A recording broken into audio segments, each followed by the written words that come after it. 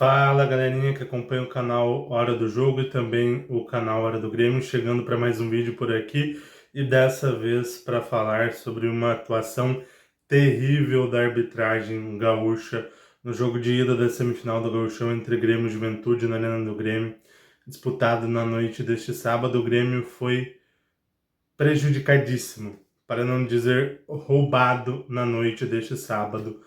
Na ida da semifinal do Gauchão, vencemos o Juventude por 2-1 na Arena, mas a arbitragem foi terrível e prejudicou demais o tricolor gaúcho.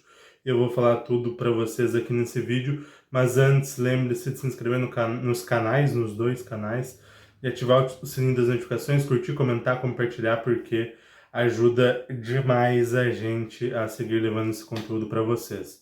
Bom, para falar um pouquinho antes de falar da arbitragem, antes de falar dessa situação terrível, sobre o jogo em si. O Juventude começa a partida com mais posse de bola, começa principalmente algumas jogadas de um pouco mais de velocidade, levando um pouco mais de perigo ao gol do Grêmio, mas depois dos 10, 15 minutos ali o Grêmio começa a se soltar e começa a ter um pouco mais o domínio da partida. Dessa vez o Rodrigo ele foi para o banco, o Wagner Leonardo estreando como zagueiro do Grêmio, como zagueiro titular. Ele vem como zagueiro pela esquerda, até pelo entrosamento que ele tem, por ser canhoto, obviamente, mas por ter um entrosamento com o Lucas Esteves, de terem jogado juntos ali pelo lado esquerdo da defesa com vitória durante toda a temporada de 2024. Thiago Volpe mantido como titular no gol, novamente fazendo um bom jogo. O João Pedro, que era dúvida na lateral direita, jogou o jogo todo e jogou muita bola, muito bem. O João Pedro reforçando aí o que para mim é um dos melhores laterais direitos do futebol brasileiro. E a defesa ali bem consolidada, meio de campo normal com o Cuéllar, que não foi bem na partida de hoje. Depois o Camilo Regis entra no lugar dele, entra melhor. Vila Sante mais uma vez muito bem. E o que muita gente pedia na temporada de 2024 para o Renato, e quando o Renato tentou, muitas vezes não funcionou. E dessa vez a primeira vez que o Gustavo Quinteiros tentou Vila Sante junto com o Monsalve e não funcionou. Franco Cristaldo junto com o Monsalve. Franco Cristaldo como esse meia armador e o Monsalve mais do lado de campo. Monsalve não funcionou tão bem no lado de campo e o Cristaldo mais uma vez dando provas do jogador que é. Tem muita qualidade, é um jogador que chega muito bem à frente, que tem uma bola parada de qualidade, que faz gols, que dá assistências, mas na maioria das vezes em jogos não tão importantes, em jogos contra equipes um pouco mais fracas. Quando precisa dele para um jogo de mata-mata, para um jogo mais pegado, para um jogo contra uma equipe mais qualificada, ele tem alergia, ele tem coceira, ele tem dificuldade. E ele mostrou isso contra o São Raimundo de Roraima, já havia mostrado isso no Grenal, e mostrou isso novamente contra o Juventude, tanto que ele joga apenas os primeiros 45 minutos. Depois ele sai para a entrada do Amuso, que vai para a ponta esquerda e entra muito bem. Que velocidade tem o Amuso, ele dá assistência pro segundo gol. Kiki Oliveira na ponta muito bem, que jogador, a maior contratação da história do Grêmio em valores ali, quase 30 milhões de reais. Começa muito bem nessas duas partidas, 2 gols, jogando muito bem. O Bright White mais uma vez lá na frente, sendo um jogador muito importante. Numa das primeiras boas jogadas do Grêmio, agora voltando um pouco mais sobre o jogo em si, o Grêmio conseguiu abrir o placar, ótima jogada do João Pedro, ele dá aquele passe para trás, o Bright White entra e faz 1-0.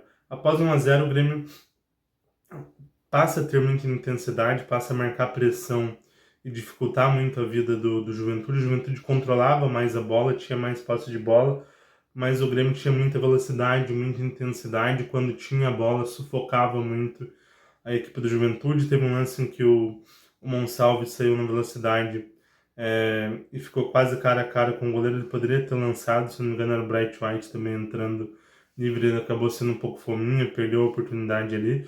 O Grêmio esteve muito perto de fazer o 2-0. E depois teve o lance que é o pior desse jogo, e que a arbitragem do senhor Jonathan Berenstein, árbitro da FGF, Cara, ele não deu um pênalti inacreditável em cima do Monsalve. Simplesmente o jogador do Juventude chutou o Monsalve. Tinha algumas pessoas falando, o Monsalve já foi caindo. Cara, ele foi calçado e depois ele foi chutado.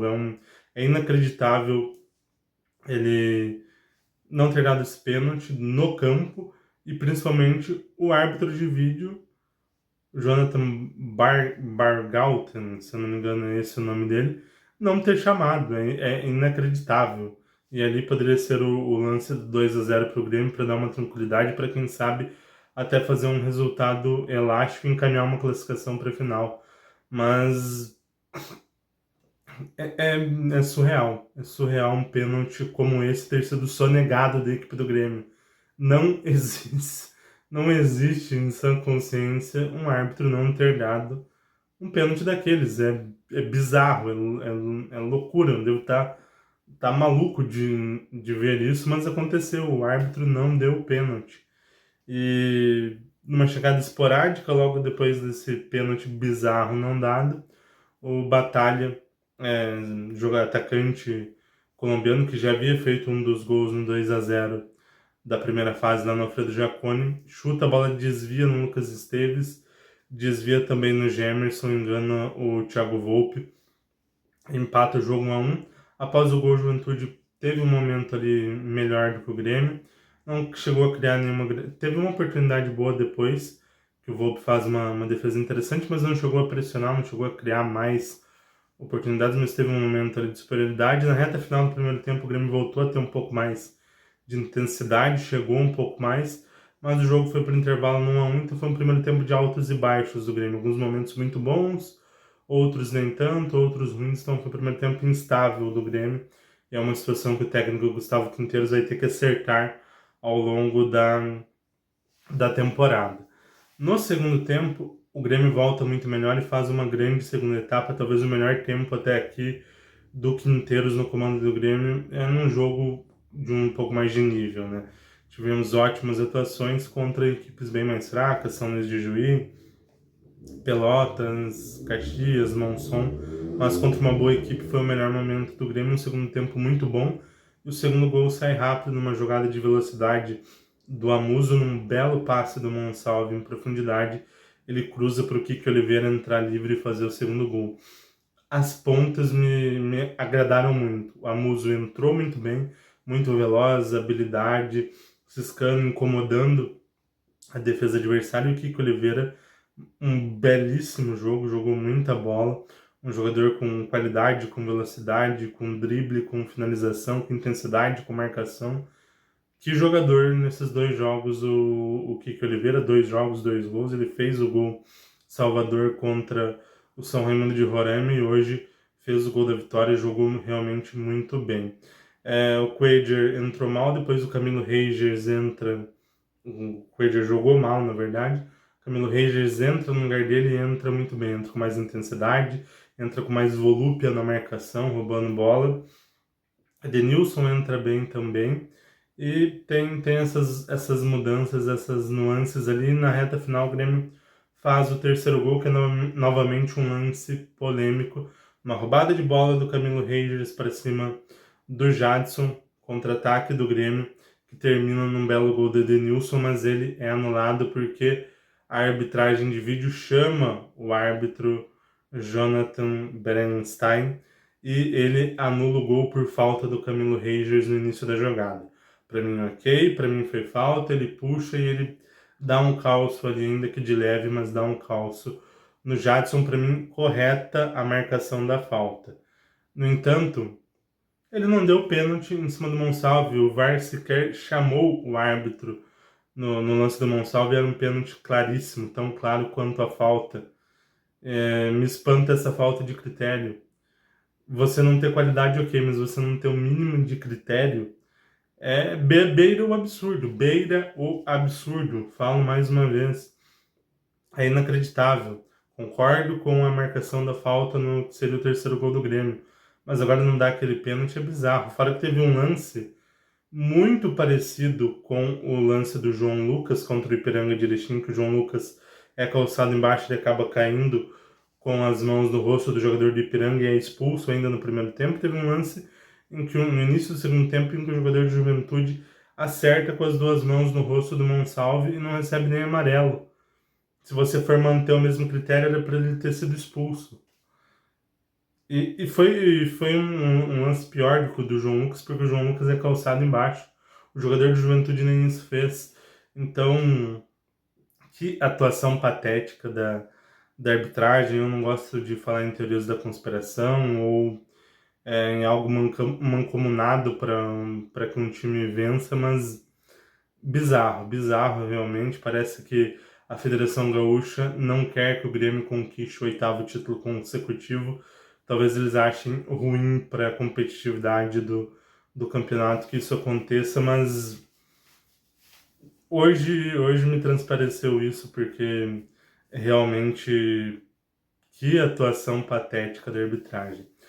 Mas o geral da avaliação do jogo de hoje, atuação boa para muito boa do Grêmio, principalmente na segunda etapa, gostei bastante. Uma equipe bastante intensa, uma equipe veloz, uma equipe com alguns jogadores jogando muito bem e poderia ter conquistado sim um resultado até melhor. O resultado para mim não é bom. Vencer só por 2-1, só por um gol de diferença, não é o melhor resultado.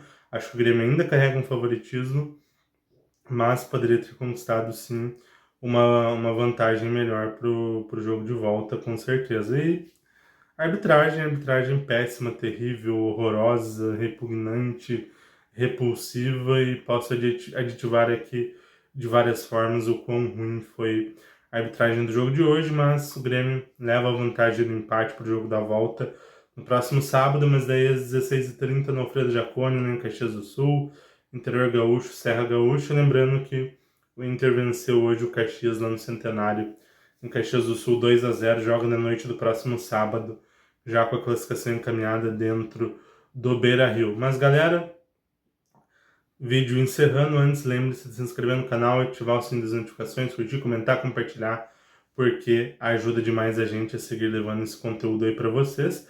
E deixem aí nos comentários o que vocês acharam da atuação do Grêmio, dos destaques individuais da partida e do que vocês acharam. Foi pênalti em cima do Monsalve? O gol do Edenilson deveria ter sido anulado? O jogador de Juventude deveria ter sido expulso antes com o Bright White? Diz aí. É isso aí, galera. Valeu, até mais.